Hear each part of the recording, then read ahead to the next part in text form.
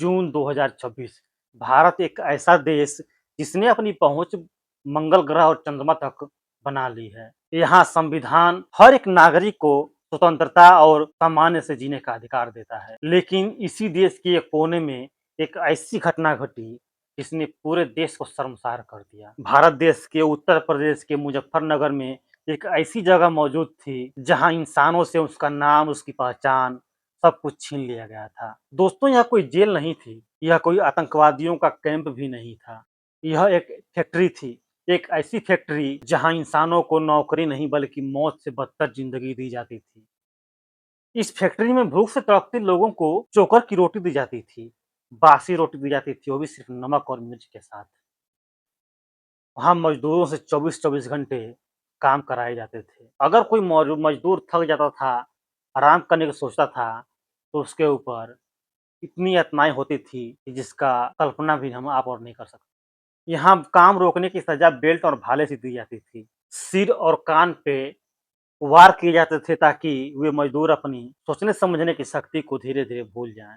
और सबसे डरावनी बात यह थी कि इस पूरे फैक्ट्री की निगरानी कोई इंसान नहीं कर रहा था, बल्कि 2 पिटबुल कुत्ते करते थे और हथियारबंद लोग। जब एक मजदूर वहाँ से भाग कर निकला, अपनी जान हथेली पर लेकर और पुलिस तक पहुँचा और पुलिस वालों को जाकर जब अपनी आप बीती बताई, तो उसकी आप बीती को सुनकर वहाँ मौजूद सभी पुलिसकर्मी दंग रह गए। आखिर क्या सच्चाई है इस पूरी कहानी की? जानेंगे इस कहानी के माध्यम से। दोस्तों, वीडियो में लास्ट तक बने रहें और वीडियो पसंद आ जाए तो वीडियो को लाइक कर दें, चैनल को सब्सक्राइब कर लें और बेल आइकन बटन को दबा लें। नमस्कार दोस्तों, मैं हूँ राकेश। ये सच्ची कहानी है उत्तर प्रदेश के जिला मुजफ्फरनगर में एक थाना लगता है, सितावी थाना।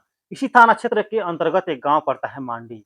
इस गाँव में एक फैक्ट्री लगाई जाती है, जिसका नाम रखा जाता है किसान सरकार हाउस। बाहर से देखने में ये फैक्ट्री एक मामूली फैक्ट्री लगती है, एक दोना पत्थर बनाने वाली फैक्ट्री।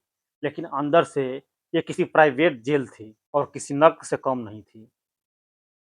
ऊँची-ऊँची दीवारें, दीवारों के ऊपर कटीले तार और उन तारों में बिजली का करंट छोड़ा हुआ। वहाँ 24 घंटे निगरानी करने के लिए पिटबुल खतरनाक कुत्ते और हथियारबंद लोग और उस फैक्ट्री के हर कोने में सीसीटीवी कैमरे, ताकि वहाँ से कोई भाग ना सके। और इस पूरे साम्राज्य के मालिक का नाम था अंकित बलियान। अंकित बलियान अपने पिता प्रमोद बलियान और अपने दोस्त शिवा के साथ मिलकर इस फैक्ट्री को चलाता था। इस फैक्ट्री को बनाने के बाद वहाँ मजदूरों को लाने की प्रक्रिया कुछ इस तरह होती थी। अंकित और शिवा अपनी गाड़ी लेकर जाते थे दिल्ली के रेलवे स्टेशन पे, बस स्टैंड पे और लेबर चौकों पे जाते थे।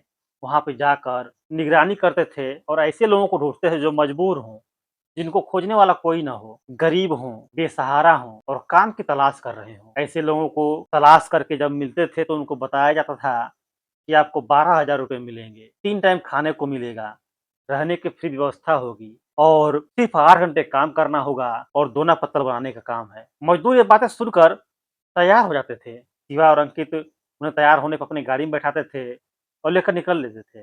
रास्ते में ही उन मजदूरों को इतनी शराब पिलाई जाती थी कि वो अपने आपा तक खो देते थे। जब होश खोने के बाद उन्हें फैक्ट्री में लाया जाता था। फैक्ट्री में लाने के बाद उन मजदूरों से उनके दस्तावेज, उनकी पहचान और उनके मोबाइल तक छीन लिए जाते थे, उन्हें नष्ट कर दिया जाता था। और जब उन मजदूरों को होश आता था, तो खुद को एक बंद फैक्ट्री में पाते थे, जो एक तरीक़ा से नर्क थी। इसके बाद शुरू होता था जुल्म का सिलसिला। उन मजदूरों से 24-24 घंटे काम कराए जाते थे। अगर कोई मजदूर थक जाता, तो उसे बेल्ट से पीटा जाता था। अगर कोई मजदूर आराम करने को कहता, उसे घंटों पीटा जाता था। किसी के पीठ में, पैरों में भाले चुभोए जाते थे। अगर कोई घर जाने को कहता था, तो उसकी घंटों पिटाई होती थी किसी जानवर की तरह, या यूँ कहूँ तो किसी जानवर को भी लोग ऐसे नहीं पीटेंगे। 24 घंटे काम कराने के बाद भी खाना उनको ऐसा दिया जाता था कि मानो उसे कोई जानवर भी ना खाए। चोकर की रोटी और बासी रोटी, वो भी सिर्फ नमक और मिर्च के साथ में। और उन्हें रहने के लिए एक बदबूदार कमरा दिया गया था, जहाँ पे कुछ ही घंटे वो आराम कर सकें। उन मजदूरों के साथ इस तरह व्यवहार होता था मानो कोई जानवर हो। औरैया के रहने वाले शिवम जब घर से निकले थे और महीनों बाद शिवम का वजन मात्र 31 किलो रह गया था। जब वे मिले तो उनके माता-पिता उन्हें पहचान नहीं पा रहे थे कि ये उनका ही बेटा है। शिवम के शरीर पे शायद ही कोई जगह थी जहाँ पे जख्मों के निशान नहीं थे। सीतापुर के जगदीश ने एक बार भागने की कोशिश की। इसके बदले में ज़िंदगी भर के लिए उन्हें घाव दे दिया गया। उन्हें इतना मारा गया उनका ये कान क्षतिग्रस्त हो गया। इसके बावजूद भी वे दरिंदे नहीं माने तो कुत्तों से कटवाया गया। उनके शरीर पे कुत्तों को काटने के निशान थे, घाव के निशान थे। आगरा का सोनू, जिसके पास कोई नहीं था सिवाय एक माँ के, सोनू ने जब मिला तो बता रहे थे कि शायद उनकी माँ भी अब नहीं होगी, दुनिया छोड़ चुकी होगी। हरियाणा के 16 वर्षीय साहिल के सर पे इतना मारा गया था कि वो अपनी याददाश्त तक भूल चुका था। साहिल को सिर्फ इतना मालूम था कि उसके पिता का नाम असलम है। साहिल कहाँ से था, किस जिले से, किस गाँव से, ये सब कुछ भूल चुके थे। और नेपाल का अर्जुन, जो भागने की कोशिश किया था, जिसकी हत्या करके बोरे में ठूँस कर उसे दूर ले जाकर फेंक दिया गया था। जिसकी लाश पुलिस को मिली थी और फिर उसकी शिनाख्त तक नहीं हो पाई और ना ही पुलिस कातिल तक पहुंच पाई। आखिरकार जब ये खुलासा हुआ तब जाकर पुलिस को आशंका हुआ कि हो न हो अंकित और उसके मिले हुए लोग ही उसकी हत्या करके फेंके थे। विक्रम भी उसी में शामिल था। विक्रम ने इतनी यातनाएं सहने के बाद भी उसके मन में था कि अगर हम संघर्ष करके यहाँ से भागने की कोशिश नहीं करेंगे तो शायद आने वाले दिनों में हम यहाँ से जिंदा घर वापस नहीं जा पाएंगे और यहीं पे खत्म हो जाएंगे। विक्रम वहाँ से भागने की प्लानिंग कब महीनों से कर रहा था, इधर-उधर देख रहा था और एक दिन उसकी नज़र पड़ती है बाउंड्री के बगल में एक अशोक के पेड़ पे, जो बिल्कुल बाउंड्री के बगल में था। जगह तो मालूम हो गया था विक्रम को, लेकिन मजबूरी ये थी कि अंकित बलियान, प्रमोद बलियान और शिवा वहाँ पे मौजूद रहते थे हमेशा। उनके पास हमेशा पिस्टल या बंदूक रहती थी और जो पिटबुल कुत्ते थे वो हमेशा खुले रहते थे। अगर कोई भी हरकत होती तो वे जिंदा ही नोच के इंसान को खा जाते। इतना डर भरा हुआ था। भागने का कोई रास्ता ही नहीं था। लेकिन एक दिन 21 जून 2026 को अंकित बलियान, प्रमोद बलियान और शिवा फैक्ट्री में शाम को मौजूद नहीं थे। विक्रम को मौका मिला और वो अपने शरीर पे तिरपाल लपेटकर वहाँ से धीरे-धीरे रेंगते हुए बाउंड्री तक पहुँचा। जब देखता था कुत्ते वहाँ पे हैं तो धीरे वहाँ पर रुक जाता था, ताकि कुत्तों को लेके तिरपाल ले जाए और फिर जैसे-तैसे जान हथेली पे लेकर बाउंड्री तक पहुँचा और बाउंड्री तक पहुँच के विक्रम उस पेड़ पे चढ़ गया। तिरपाल को ऊपर खींचा और फिर जो बाउंड्री के ऊपर तार लगा था उसमें करंट था, उसके ऊपर डालकर ताकि करंट न लगे और बाउंड्री को पार करके कूद गया। कूदने के बाद सामने ही एक खेत था, गन्ने का खेत, उसी में जाकर घुस गया।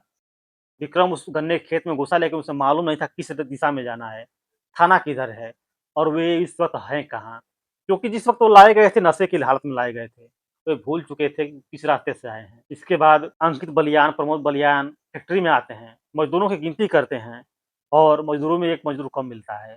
इसके बाद टॉर्च लेकर चारों तरफ खेतों में खोजना शुरू कर देते हैं। विक्रम एक चालाकी करता है कि उस खेत से तुरंत नहीं भागता है, कुछ देर उसी गन्ने के खेत में छुप कर रहता है और फिर रेंगते हुए वहाँ से 5 किलोमीटर का सफ़र तय करता है और जब सुबह होती है तो विक्रम 5 किलोमीटर तय कर चुका था। उसे मालूम नहीं था किस दिशा में जाना है। इसी वजह से सीधा एक ही दिशा में भागते हुए, रेंगते हुए आगे बढ़ा। 22 जून को उस रोड पे पुलिस की गाड़ी दिखती है। उसके सामने भागते हुए जाता है और गिर जाता है कि साहब मुझे बचा लो, वरना वो लोग मुझे मार देंगे। थाने में ले जाया जाता है, थाने में जाकर जब वो अपनी आप बीती बताता है तो पुलिस वाले हैरान रह जाते हैं। विक्रम को थाने ले जाने के बाद जब उससे पूछताछ होती है तो विक्रम कहता है कि मुझे मालूम नहीं कि किस जगह पे फैक्ट्री है। तो सिर्फ इतना मालूम था कि वो रेंगते हुए इतने घंटों में सफ़र करके वहाँ तक पहुँचा है। इसके बाद पुलिस उस एरिया के 5 से 6 किलोमीटर के एरिया में जितनी भी फैक्ट्री थी सब पे निगरानी शुरू कर देती है, छानबीन करना शुरू कर देती है और आखिरकार वो फैक्ट्री मिल जाती है जहाँ पे बंधुआ मजदूर बनाकर मजदूरों को रखा गया था। श्रम विभाग की टीम और पुलिस की टीम वहाँ पे छापा मारती है और जब अंदर का नज़ारा देखते हैं तो वहाँ अधिकारियों के भी रोंगटे खड़े हो जाते हैं। वहीं एक तरफ मजदूरों को सूखी रोटी भी नसीब नहीं थी और वहीं पे कुत्तों के लिए मांस और हड्डियाँ रखी हुई थी।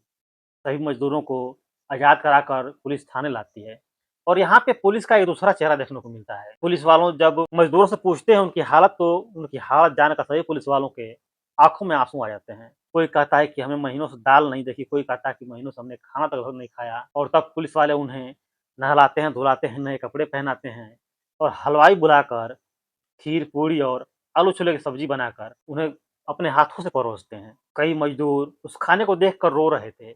उन्हें यकीन ही नहीं हो रहा था कि वो आज़ाद हो चुके हैं। कई मज़दूर महीनों के बाद भरपेट खाना खाए थे और कई मज़दूर उस खाने को सिर्फ़ देख रहे थे।